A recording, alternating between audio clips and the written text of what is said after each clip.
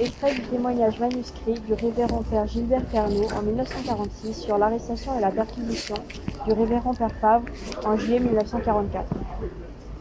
Le jeudi 3 février 1944. Les plus jeunes élèves étaient tranquillement en promenade avec le père Picon, tandis que les grands, sous la conduite du père Favra, pêchaient l'espalier du jardin le long du mur frontière. À 4h15, nous étions en train de goûter lorsque nous entendîmes soudain des pas gravir bruyamment l'escalier de la chapelle. Le frère Jean-Baptiste fit irruption à la salle à manger en s'écriant « Ils sont entrés dans la maison, armés jusqu'aux dents, ils sont allés jusqu'en dans la chambre du père Favre. » Les soldats allemands arrivent sur nous en criant « Où est le directeur ?» On leur fait observer que le directeur, le père Frontin, se trouvait à Annecy, et le sous-directeur, le père Bréa, à Ambilly. Ainsi, hurle de nouveau le commandant par le truchement de son interprète. « Il n'y a pas de responsable dans cette maison ?» Alors, dans toute la maison, commença une première fouille. Pendant ce temps, que devenait le père Louis Favre? Il surveillait les élèves à leur réfectoire lorsque les Allemands entrèrent dans la maison. Il se réfugia dans les cabinets près de la salle de récréation. Et pendant quelque temps, suivant que les pas des traqueurs se rapprochaient ou s'éloignaient, il fit la navette entre cette dernière cachette et la cuisine. Il réussit même, montant par l'escalier du dortoir, à arriver jusque devant sa chambre, puis à redescendre dans celle du père Favra, provisoirement vidé de ses occupants. « Avez-vous détruit tous vos papiers compromettants ?» lui dit le père Favra. « Je crois que oui, répondit-il. Pour être plus agile, il quitta sa soutane douillette, ne gardant qu'un léger pull vert sans manches.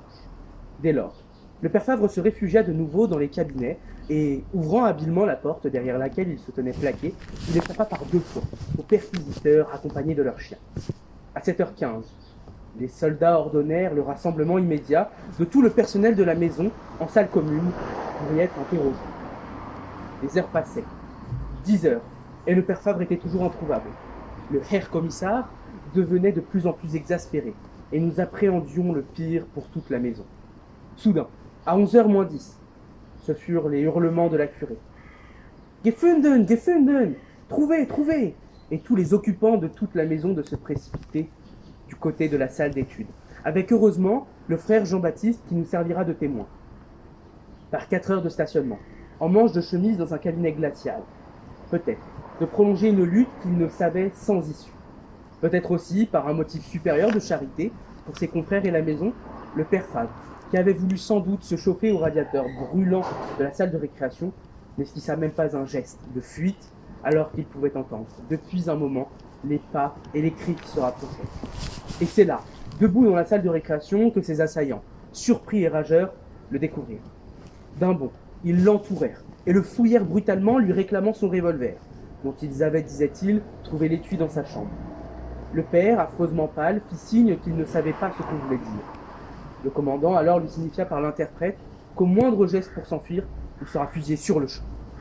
Puis, encadrant le prévenu, toute la meute revient en salle commune, ouvre violemment la porte, tandis que le père est littéralement projeté au milieu de la salle. « Voilà l'homme !» hurla le commandant avec un accent certainement plus triomphal que celui de Pilate. « Le reconnaissez-vous » Même que ses confrères, les sœurs et le frère Raymond. Les cheveux en désordre se tourne brusquement vers les geôliers, en criant « Oui, c'est moi ». Ce fut fini ce jour-là. Toute la maison fut autorisée à disposer librement. Quant au père Favre, il fut autorisé à passer dans sa chambre qu'il ne devait plus revoir, et à prendre quelques habits. Le commandant ferma lui-même la porte et emporta la clé, menaçant de fusiller quiconque essayerait de pénétrer dans cette chambre. Et la soirée, si avancée déjà et si pleine d'angoisse, s'acheva pour nous dans un surcroît d'inquiétude, d'autant plus grande que le père Favra était aussi emmené, lui, avec le père Favre. Dieu sait vers quel destin.